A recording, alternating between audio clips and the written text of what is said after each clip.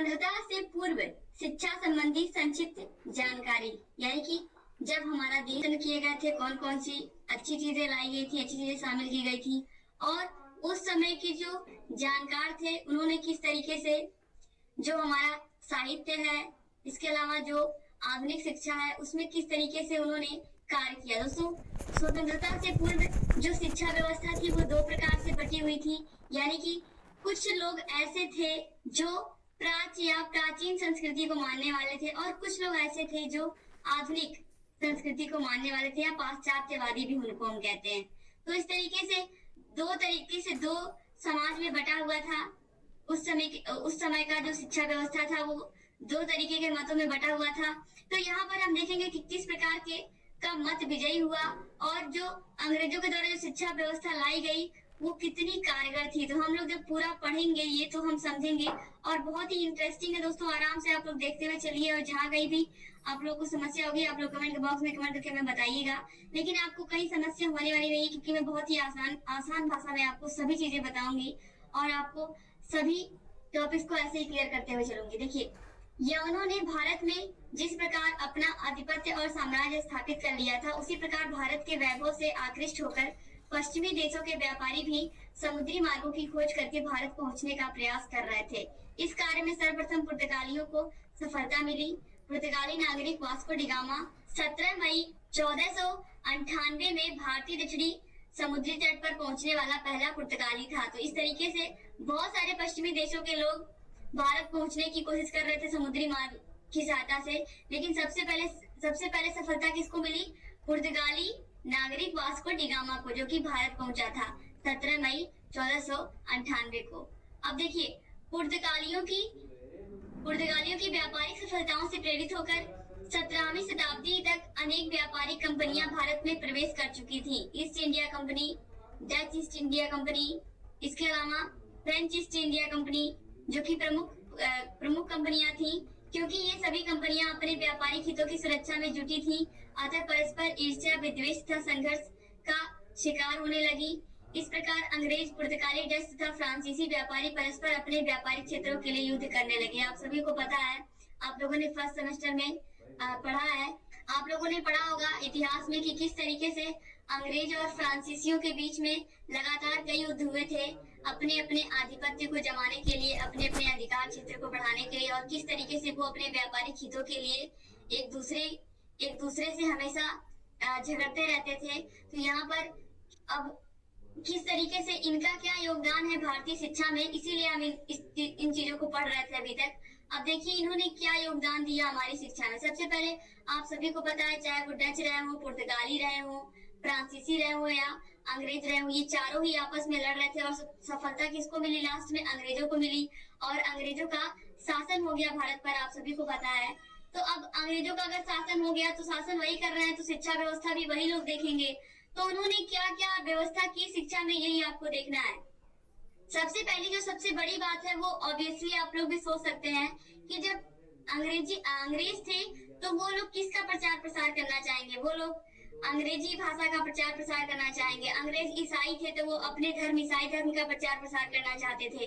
तो यहाँ पर इन्होंने पूरी कोशिश की कि जो भारतीय शिक्षा व्यवस्था है इसको इन्होंने अंग्रेजी रूप देने की कोशिश की, यानी कि इन्होंने अंग्रेजी विषय पर अधिक जोर दिया। अब देखिए यहाँ पर मिशनरियों द्वारा शिक्षा के क्षेत्र में किए गए प्रमुख कार्य इस प्रकार हैं।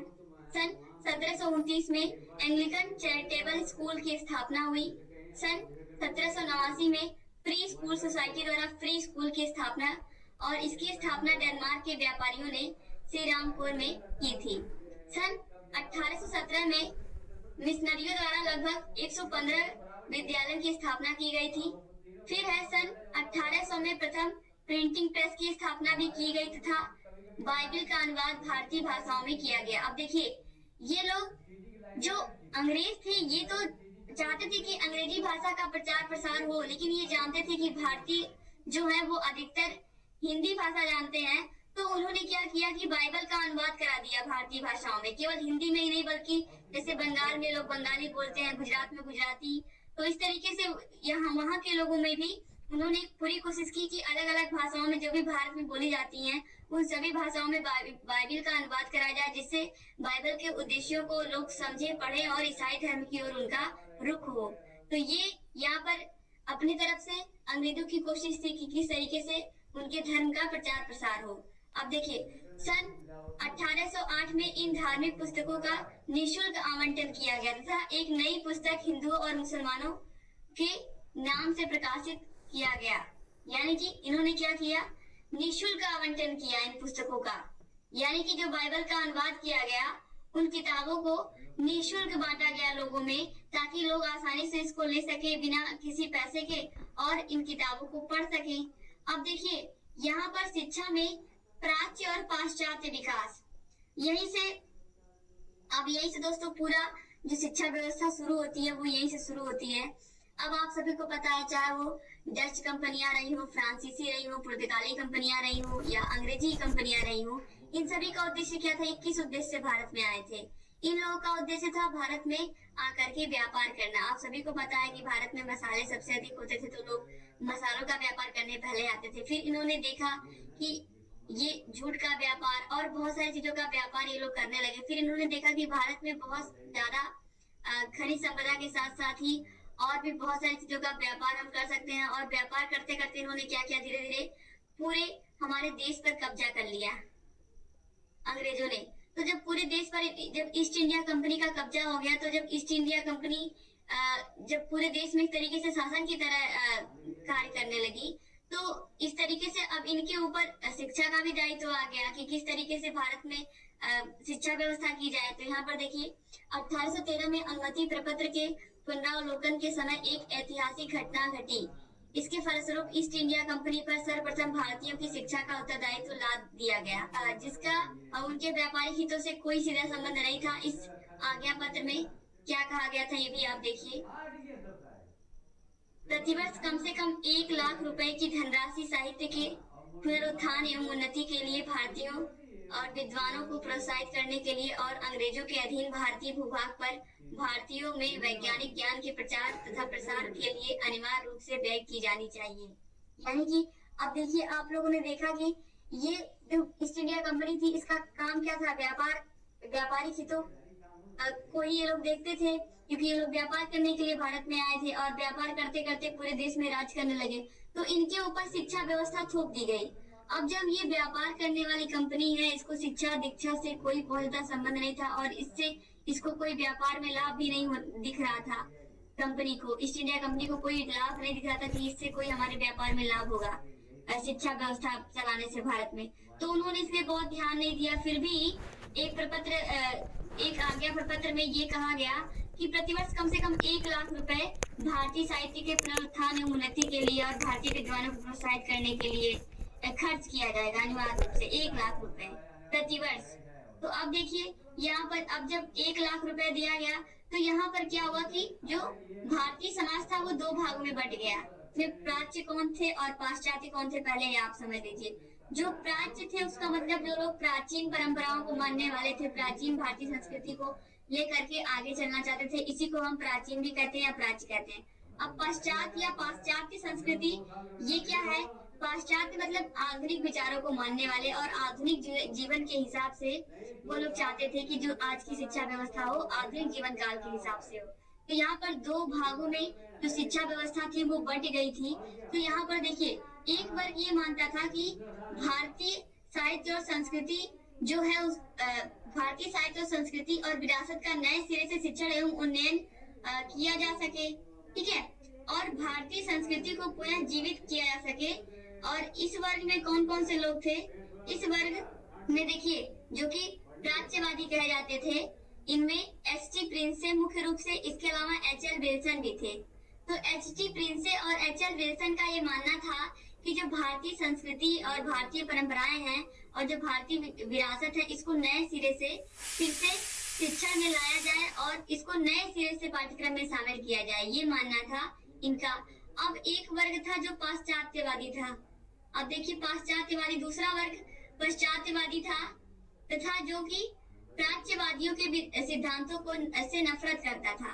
ये सभी युवक अंग्रेज अभिसारी थे जो देश भाषा संस्कृति में गर्व का अनुभव करते थे। वे प्राच्य भारतीय संस्कृति को हीन भावना से देखते थे तथा मानते थे कि उस प्राचीन संस्कृति को ना तो पुनर्जीवन प्रदान किया जा सकता है, न ही तत्कालीन भारतीय समाज का तथा अंग्रेज साम्राज्य को उससे कोई लाभ होगा। यानी कि जो पाश्चात्यवादी थे उन्होंने कहा कि जो प्राच्यवादी सिद्धांत है वो उससे नफरत करते थे, और वो जो अंग्रेजी समाज था, जो अंग्रेजी भाषा थी, उसको वो लोग प्रमुख रूप से जगह देते थे और भारतीय संस्कृति को हीन भावना से देखते थे। और साथ ही साथ उनका कहना था कि जो प्राचीन भारतीय संस्कृति है उसको पुनर्जीवित करने का कोई फायदा नहीं है और तत्कालीन भारतीय समाज तथा अंग्रेजी साम्राज्य को उससे कोई लाभ नहीं होगा। तो इस तरीके से उनका कहना था। लेकिन अब दो वर्गों में बट गया था। एक लोग प्राचीन संस्कृति को, प्राचीन विरासत को आगे बढ़ाना चाहते थे, और दूसरा जो वर्ग था वो चाहता था कि जो अंग्रेजी साम्राज्य है, जो अंग्रेजी भाषा है, उसका प्रचार प्रसार किया जाए और आधुनिक शिक्षा दी जाए। तो इस तरीके से आपने देखा कि दो भागों में बंटने की वजह से हमारी जो शिक्षा व्यवस्था थी उसमें आगे क्या उतार चढ़ाव आता है, किस तरीके से लॉर्ड मैकाले आते हैं, उसके बाद वुड का घोषणा पत्र आता है, इन सभी के बारे में हम नेक्स्ट वीडियो में देखेंगे। आज की वीडियो में हमने क्या क्या सीखा ये बहुत जरूरी है आप लोग के लिए देखना कि स्वतंत्रता से पूर्व कौन कौन सी शिक्षा संबंधी कार्य किए गए और किस तरीके से देश में शिक्षा व्यवस्था आगे बढ़ी, और अब हम लोग यहाँ पर पहुंच चुके हैं कि अंग्रेजों ने किस तरीके से शिक्षा व्यवस्था की। अब अंग्रेजों में ही आगे हम लॉर्ड मैकाले की शिक्षा नीति और साथ ही साथ हम देखेंगे वुड का घोषणा पत्र। दोस्तों नेक्स्ट वीडियो में यही सब आपको पढ़ने को मिलेगा। और जो अगर आपकी वीडियोस छूट गई हैं, जो हमने ऑलरेडी पहले पढ़ा दिया है, अगर वो वीडियोस आपने नहीं देखे हैं तो उन सभी का लिंक मैं डिस्क्रिप्शन बॉक्स में दे देती हूँ, वहां पर जाकर आप वीडियोस को देख सकते हैं। साइड में आई बटन पे भी क्लिक करके आप वीडियोस को देख सकते हैं। दोस्तों वीडियो अगर अच्छा लगा तो प्लीज वीडियो को लाइक कर दीजिए और आपके जितने भी फ्रेंड्स हैं सबको शेयर कर दीजिए। और जहाँ कहीं भी आपको समस्या है आप लोग कमेंट बॉक्स में कमेंट करके बताइए, हम आपकी सभी समस्याओं को दूर करेंगे और लगातार आप लोगों के लिए ऐसे ही अच्छे वीडियोस लेकर के आते रहेंगे। दोस्तों वीडियो पूरा देखने के लिए आप सभी लोग का बहुत बहुत धन्यवाद। मिलते हैं नेक्स्ट वीडियो में, तब तक के लिए